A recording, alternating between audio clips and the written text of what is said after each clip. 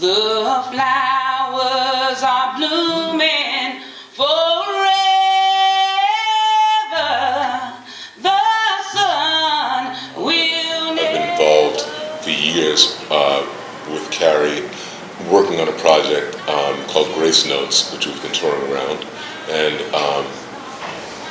actually really looking at and thinking about sort of racism in America and the state of America today, and also that performance piece, which involves her artwork, is also in response to, I guess, the burgeoning Black Lives Matter movement. So it was important for me, I guess, to come here today because to be in this context. And those of us that work together with projects, growing up in New York City, and putting our best foot forward as much as possible to express ourselves and to be free artists and not to be afraid.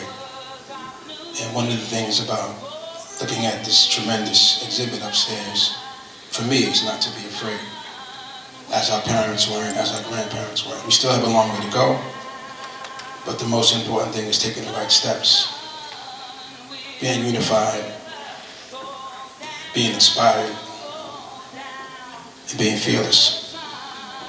Martin Luther King Day is about that entire movement, which started way before what people consider the civil rights movement.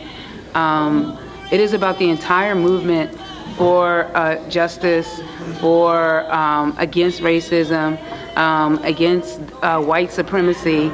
That entire movement is holding a space by becoming a national holiday. And if you think like, oh, it's about Martin Luther King, you're thinking too small. Martin Luther King was a brilliant man inside of a brilliant movement. Venture to say that a lot of people assume they understand and know the history of America, or the psychological, sort of psychosocial history of America, and the psychosocial history of the other. And I would venture to say that most of those people are wrong, and or at least ill-informed. And so I think it's very important. And by the way, I don't just mean that it's only important for people of other races to understand the black perspective, but even people within the black, people who are African American themselves, to delve into history and to look at it through an artistic lens and through an artistic gaze, which is what museums offer, right?